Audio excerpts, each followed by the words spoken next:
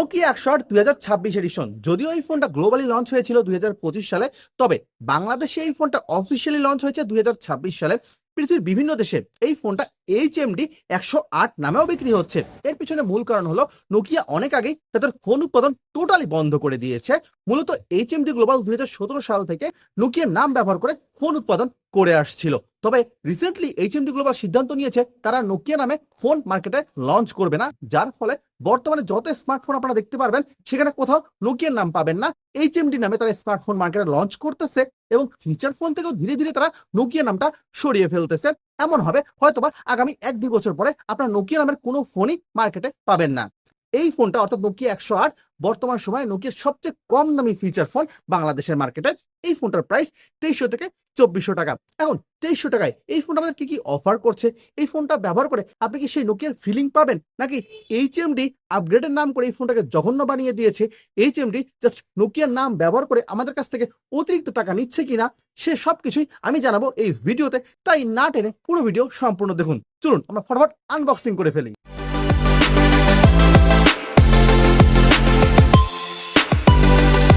এই হলো ফোনের বক্সটি। আমার হাতের এই ফোনটি অফিসিয়াল ভেরিয়েন্ট, তবে নোকিয়ার আনঅফিসিয়াল এবং কপি ফোন দিয়ে মার্কেট সয়লাভ হয়ে গিয়েছে। তাই আপনি যদি অরিজিনাল এবং অফিসিয়াল নোকিয়া ফোন কিনতে চান, আপনাকে অবশ্যই দুটো বিষয় খেয়াল করতে হবে। প্রথমত আপনি দেখবেন বক্সের গায়ে এই স্টিকারটা আছে কিনা। এখানে লেখা আছে সেলেক্সট্রা। সেলেক্সট্রা হলো বর্তমানে নোকিয়া ফোনের অফিসিয়াল ডিস্ট্রিবিউটার এবং এই সেলেক্সট্রার ওয়েবসাইটে গিয়ে আপনি অফিসিয়াল ফোন পারচেস করতে পারবেন।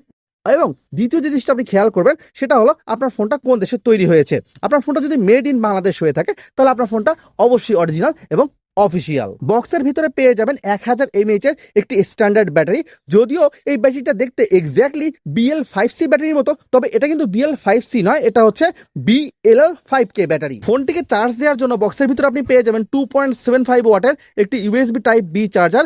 যদিও আমার মনে হয় এখানে অন্তত 5 ওয়াটের একটি চার্জার দেওয়া উচিত ছিল, কিন্তু কি করার আছে, কোম্পানির টাকা বাঁচানোর জন্য এই ধরনের স্লো চার্জার বক্সের ভিতরে দেয়। এই চার্জার দিয়ে ফোনটা চার্জ করতে কিন্তু অনেক সময় লাগবে। এবং সর্বশেষ আইটেম আপনার হচ্ছে কুইক স্টার্ট গাইড এবং হচ্ছে আপনার একটি ওয়ারেন্টি কার্ড। বক্সের ভিতরে আপনি কোনো হেডফোন পাবেন না। এই হলো সেই নোকিয়া 108 ফোনটি। 2.0 ইঞ্চির একটি ডিসপ্লে দেওয়া আছে। আপনার কিপ্যাডগুলো রাবারের এবং কিপ্যাডগুলো প্রেস করতে বেশ আপনার কমফোর্ট ফিল হবে। আমি কাছ থেকে আপনাদের কিপ্যাডগুলো দেখিয়ে দিচ্ছি। ফোনটার পিছনের দিকে পুরোটাই ফাঁকা, কারণ এই ফোনে আপনার কোনো ক্যামেরা নেই। এখানে HMD গ্লোব মানে ব্র্যান্ডিং দেওয়া আছে এবং নিচে লেখা আছে মেকার্স অফ নোকিয়া ফোন। আপনার উপরের দিকে দেওয়া আছে দুটো টর্চ লাইট এবং বেশ ছোট টর্চ লাইট। নিচের দিকে আপনি আপনারা পেয়ে যাবেন এখানে দেওয়া আছে type B charging port, headphone Jack, এবং এটা হচ্ছে আপনার এর ভিতরে আপনি হচ্ছে ফিতা লাগিয়ে ফোনটা ঝুলিয়ে রাখতে পারবেন। মূলত বয়স্ক মানুষের জন্য যারা ফোন ভুলে যায় তাদের ক্ষেত্রে এই জিনিসটা কাজে লাগে। তো চলুন আমরা ব্যাকপার্টটা খুলে দেখি ফোনের ভেতরের অংশটা কীরকম। আপনার এই হচ্ছে ফোনের ভেতরের অংশ, আপনারা দেখতেই পাচ্ছেন।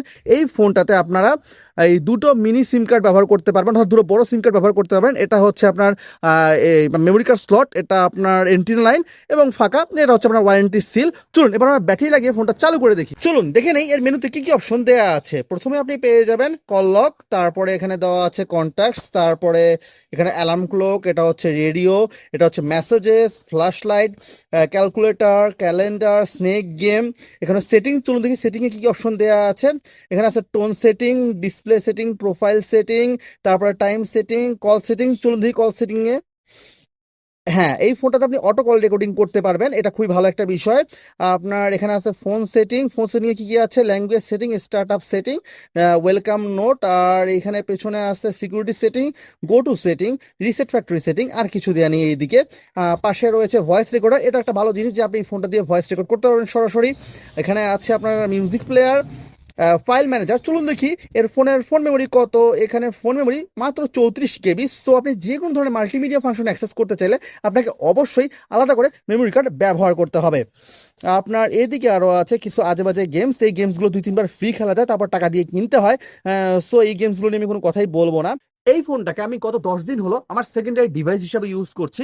এই ফোনটা ভালো দিক সম্পর্কে যদি বলতে হয়, প্রথমেই বলবো এর আপনার হ্যান্ডস অন ফিলিং এবং ডিউরেবিলিটি নিয়ে। এই ফোনটা কিন্তু বেশ আপনার ছোট সাইজের একটা ফোন, আপনার ফোনটা খুব বেশি একটা ভারীও না। সো আপনি খুব সহজেই ফোনটা হাতের ভিতরে ধরতে পারবেন। ফোনটা স্লিপারিও না, অর্থাৎ হাত থেকে আপনার সহজে পড়েও যাবে না। পাশাপাশি এই ফোনের যে কিপ্যাডগুলো আছে এগুলো বেশ সফট এবং প্রেস করতে আপনার ভালো লাগবে। পাশাপাশি এই ফোনটা অনেক ডিউরেবল। আমার ব্যবহার করা অবস্থায় প্রায় 3-4 বার ফোনটা আমার হাত থেকে পড়ে গিয়েছিল, কোনো ধরনের মেজর ক্ষতি হয় নাই বা ব্যাকপার্ট খুলে ব্যাটারি বের হয়ে যাবে এরকম কোনো ঘটনাও ঘটেনি। এই ফোনটার দ্বিতীয় ভালো সাইড হলো এর ব্যাটারি ব্যাকআপ। আপনার এর যে প্রিভিয়াস জেনারেশনের ফোনগুলো ছিল অর্থাৎ নোকিয়া 106 2000 আপনার 23 এডিশন বা নোকিয়া 105 2023 এডিশনের ফোনগুলো, ওগুলোতেও 1000 এমএএইচ ব্যাটারি ছিল কিন্তু ওগুলোর ব্যাটারি ব্যাকআপ খুবই খারাপ ছিল। এই ফোনের ব্যাটারি ব্যাকআপ মোটামুটি ভালো, অর্থাৎ 1000 এমএএইচ হিসাবে এর ব্যাটারি ব্যাকআপ ভালো। আপনি প্রতিদিন যদি আধা ঘন্টা করে কথা বলেন তাও আপনি এই ফোনটাতে অনায়াসে 4 দিনের মতো ব্যাটারি ব্যাকআপ পাবেন। আর যদি কথা না বলেন, যা সিম লাগিয়ে রাখেন, সেক্ষেত্রে 7 থেকে 8 দিন স্ট্যান্ড বাই পেয়ে যাবেন। এর ফোন বুকে আপনি সর্বোচ্চ 2000 নাম্বার সেভ করতে পারবেন, যা মোর দেন এনাফ। এই ফোনে আপনার নেটওয়ার্ক জনিত কোনো সমস্যা নেই, নেটওয়ার্ক খুব ভালোই ক্যাপচার করতে পারে।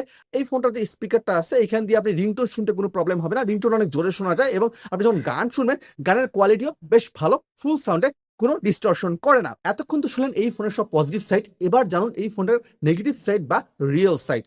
এই ফোনটার সবচেয়ে বড় প্রবলেম হলো এর কল কোয়ালিটি। এই ফোনে শুধুমাত্র একটা স্পিকার ব্যবহার করা হয়েছে, যা সামনের দিকে দেয়া আছে। এই স্পিকারটাই রিংিং স্পিকার, পাশাপাশি ইয়ারপিস হিসেবে কাজ করে।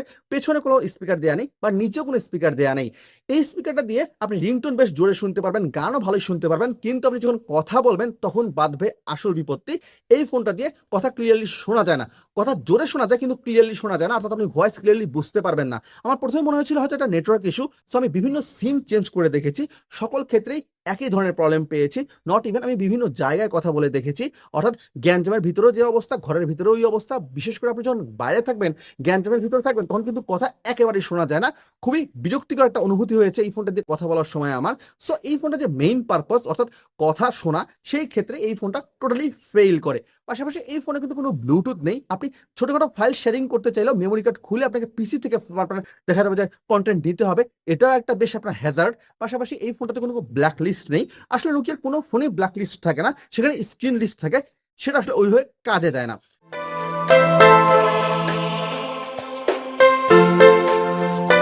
আপনি ফোনটা কিনবেন কিনা, এক কথায় বলবো এই ফোনটা আপনার কেনার দরকার নাই।